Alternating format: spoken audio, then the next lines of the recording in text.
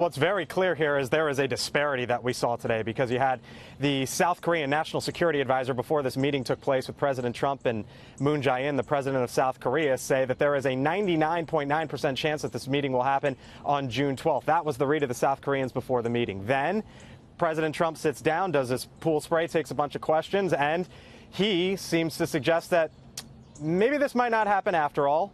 Maybe it might happen after June 12th. He gave a message that we've heard quite often for the last several weeks or so, which is this: we will see what happens.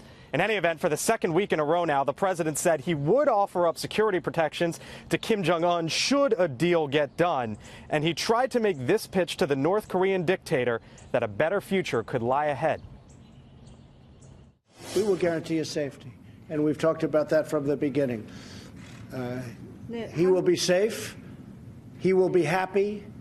His country will be rich. His country will be hardworking and very prosperous. However, Neil, that raises the question why a dictator who has repressed his people for years and whose family did so for decades should be offered all of a sudden a security blanket. The press secretary, Sarah Sanders, was asked earlier today if that would be morally right.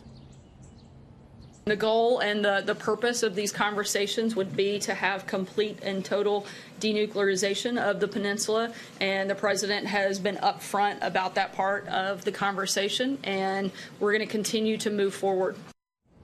Back to the timeline for a second, Neil. The White House was asked, Sarah Sanders was asked, if there is a drop-dead date for this meeting to occur. She would not say if there is one or when that drop-dead date might be.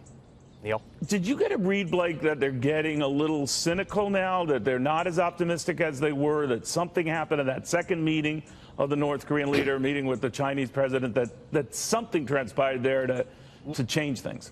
President Trump said as much today. I mean, one of the big gripes that he had standing here, or sitting down rather, with Moon Jae-in was he feels that the second meeting that occurred between Kim Jong-un and Xi Jinping of China, which he acknowledged today that the U.S. didn't know about. He said something happened after the fact, and then we now know that the North Koreans last week had kind of pulled it back a little bit. But President Trump feels something might have happened in that second unannounced meeting that maybe leads North Korea to say, you know, maybe we want to walk away from this. Of course, they are pointing the finger at John Bolton and his comments that he made a couple weeks back about the Libya model being the model that should be used for denuclearization. You know what happened to Gaddafi and how that all ended up. But the president said today, Neil, that they feel something might have happened during that second meeting. And, of course, it all intertwines as well with China and trade.